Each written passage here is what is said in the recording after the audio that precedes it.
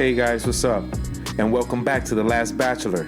And this is episode 26. Being a man of color, I know firsthand that seeking or discussing mental health isn't something that comes naturally to us. The issue of protecting our mental health is necessary, even if you yourself haven't realized it yet.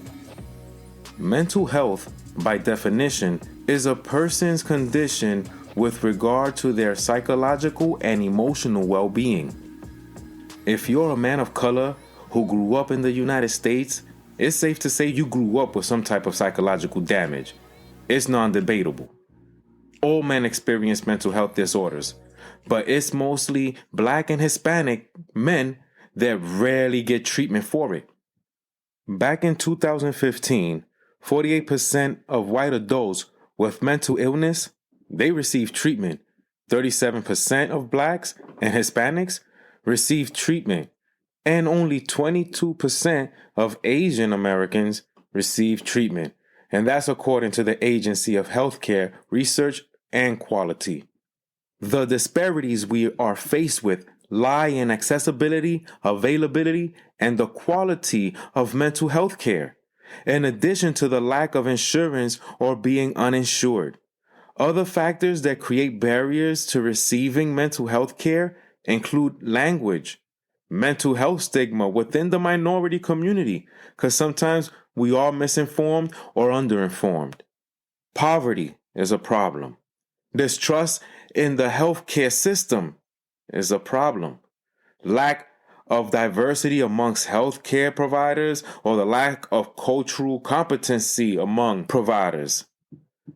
Environmental and cultural factors also influence one's willingness to seek psychological help. Those who have been raised in an environment where violence and trauma are common frequently suffer from depression and anxiety. African Americans living below poverty level are twice as likely to report psychological distress. And us Hispanics don't trail far behind from there. Back in 2017, suicide was the second leading cause of death for African Americans, ages 15 and 24, according to the CDC. That's the Center of Disease Control. Breaking down the stigma of mental illness in all communities is vital to reducing disparities in treatment for all populations. More insurance companies are including mental health treatment under their coverage service. This will hopefully help our community learn more about mental hygiene and also become more comfortable with seeking mental health treatments. Some men grew up with families where they were taught very young how to express and handle their feelings and were brought up in an environment of healthy love. But if you were raised on survival, like most of us city kids were, we learned it late in life.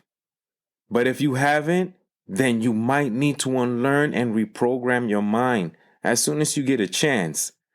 Some of us are walking around suffering from real generational trauma, leading into depression and anxiety. These are the type of guys that are doing the bare minimum to figure out a way to cope with it. Depression and anxiety can lead down a spiral, or more than just unhealthy feelings, thoughts, and behaviors. It can affect your physical health as well. I was actually in my late 20s when I found out what anxiety even was. Before that, like many Blacks and Hispanics who grew up with religious backgrounds, I was taught to pray it away, read the Bible, or in many cases, I was told just to get over it. It'll go away, which wasn't very helpful to me. There are just some things you can't pray away. I personally thought it was just nervousness or my hyperactive tendencies lingering. I was wrong. Many of my lifestyle choices really affected my behavior and health, like I'm sure it's doing to many of you out there too. I was the type to always worry about the uncertainty of the future, letting my mind race. I could barely fall asleep at nights. I guess that's why I used to smoke. And by smoke, I mean marijuana. until I took actionable steps to accept this issue and intelligently deal with what I was feeling instead of avoiding and escaping it all the time.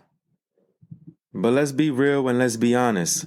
Not all of us have time nor the budget for therapy sessions. Those can be very expensive. So instead, I researched wellness books written by certified mental health professionals like Jill P. Weber. I also read articles on anxiety, and I took the steps and wrote them down. Steps on how to relax my mind. Taking actionable steps is the best way to help with your mental health. Books written by mental health professionals and some creative writing helped me a lot. When you think of mental health, you don't always got to think about visiting a therapist. Like I said, sometimes those could be expensive and we don't have the time nor the luxury to do so. But there are other actionable steps you can take. Like for instance, the Shape and Foster app I mentioned in the beginning of the episode. You can also enter support groups. Those are very, very useful. You could take steps on reading. Reading wellness books is also a step in the right direction. Just take an actionable step, and I promise you'll start to feel better ASAP.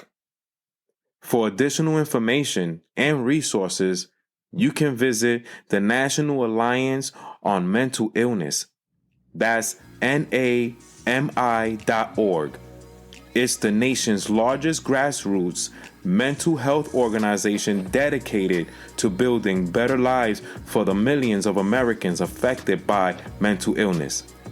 Remember, reprogramming yourself won't be easy, but it sure is worth it. So, to all my men of color out there, it does not make you soft, it does not make you weak, it does not make you less of a man to get a little therapy done. We all need it. This quote I want to end with comes from John Green. There is hope, even when your brain tells you there isn't. You've been listening to The Last Bachelor. To the next episode.